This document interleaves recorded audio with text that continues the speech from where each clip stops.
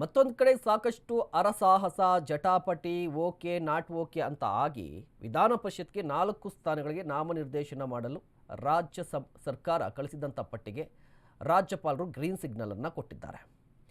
KPCC ಮಾಧ್ಯಮ ವಿಭಾಗದ ಅಧ್ಯಕ್ಷರು ಮುಖ್ಯವಾಗಿ ರಮೇಶ್ ಬಾಬು ಅವರು ಕೂಡ ಈ ಹೆಸರಿದೆ, ರಮೇಶ್ ಬಾಬು ಅವರ ಹೆಸರಿದೆ. ಅದೇ ರೀತಿಯಾಗಿ ಡಾಕ್ಟರ್ ಆರತಿ ಕೃಷ್ಣ, FH ಜಕ್ಕಪ್ಪನವರ್, ಶಿವಕುಮಾರ್ ಕೆ ಅವರ ಹೆಸರುಗಳು ಈಗ ಓಕೆ ಆಗಿದೆ, ಫೈನಲ್ ಕೂಡ ಆಗಿದೆ. ಮುಂದಿನ 6 ವರ್ಷಗಳ ಅವಧಿಗೆ ಪರಿಷತ್ ಸದಸ್ಯರಾಗಿ ಆಯ್ಕೆ ಆಗಿದ್ದಾರೆ.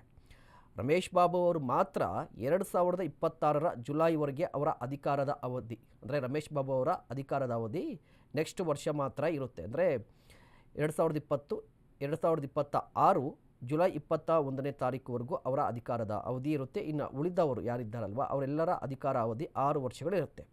ಮುಖ್ಯವಾಗಿ ಇಲ್ಲಿ ಕೋಟಾವನ್ನು ಗಮನಿಸಬೇಕಾಗುತ್ತೆ. ಅಂದರೆ ಯಾರ್ಯಾರು ಯಾವ ಕೋಟಾದಲ್ಲಿ, ಸಿದ್ದರಾಮಯ್ಯನವರ ಕೋಟಾದಲ್ಲಿ ಯಾರಾದರೂ, DK ಶಿವಕುಮಾರ್ ಅವರ ಕೋಟಾದಲ್ಲಿ ಯಾರಾದರೂ, ಹೈಕಮಾಂಡ್ ಕೋಟಾದಲ್ಲಿ ಯಾರಾದರೂ ಅಂತ ನೋಡೋದಾದರೆ ಜಕ್ಕಪ್ಪ ಮತ್ತು ಆರತಿ ಕೃಷ್ಣ ಕಾಂಗ್ರೆಸ್ ಪಕ್ಷದ ಹೈಕಮಾಂಡ್ ಕೋಟಾದ ಅಭ್ಯರ್ಥಿಗಳಂತೆ.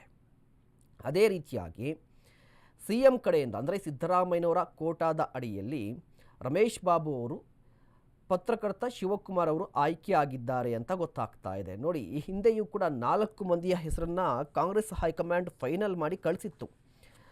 ಇನ್ನೇನು ರಾಜ್ಯಪಾಲರ ಅಂಕಿತಕ್ಕೆ ಕಳಿಸ್ಬೇಕಿತ್ತು. ಬಟ್ ಕಾಂಗ್ರೆಸ್ನಲ್ಲಿ ಒಂದಿಷ್ಟು ವಿರೋಧ ವ್ಯಕ್ತವಾಯಿತು ಆರಂಭದಲ್ಲಿ. ಅಂದರೆ ನಾವು ಹೇಳಿದವ್ರಿಗೆ ಅವಕಾಶವನ್ನು ಕೊಡಬೇಕು ಅಂತ ಹೇಳಿ ಒಂದಿಷ್ಟು ವಿರೋಧ ಕಾಂಗ್ರೆಸ್ನಲ್ಲಿ ಸೃಷ್ಟಿಯಾಗಿತ್ತು. ಅದಕ್ಕೆ ಆ ಪಟ್ಟಿಗೆ ಬ್ರೇಕನ್ನು ಹಾಕಲಾಗಿ ಮತ್ತೊಮ್ಮೆ ಕಾಂಗ್ರೆಸ್ ಅಂದರೆ ರಾಜ್ಯ ಕಾಂಗ್ರೆಸ್ ನಾಯಕರು DK ಶಿವಕುಮಾರ್ ಅವರು, ಸಿದ್ದರಾಮಯ್ಯನವರು ಸೇರಿದಂತೆ ಒಂದಿಷ್ಟು ಹೆಸರುಗಳನ್ನು ಮತ್ತೆ ಕಳಿಸಿದರು. ಕಾಂಗ್ರೆಸ್ ಹೈಕಮಾಂಡ್ ಈಗ 4 ಹೆಸರುಗಳನ್ನು ಫೈನಲ್ ಮಾಡಿದೆ. ಈಗಾಗಲೇ ಹೆಸರು ಕೂಡ ಫೈನಲ್ ಆಗಿತ್ತು, ಮೊನ್ನೆ ತಾನೇ ಬಂದಿತ್ತು. ಈಗ ಇವತ್ತು ಮಾತ್ರ ರಾಜ್ಯಪಾಲರು ಗ್ರೀನ್ ಸಿಗ್ನಲ್ ಅಂದರೆ ಆ ಹೆಸರುಗಳಿಗೆ ಗ್ರೀನ್ ಸಿಗ್ನಲ್ ಕೊಟ್ಟಿದ್ದಾರೆ, ಓಕೆ ಆಗಿದೆ. ಮುಂದಿನ 6 ವರ್ಷಗಳ ಕಾಲ ಇವರು MLCಗಳಾಗಿರ್ತಾರೆ.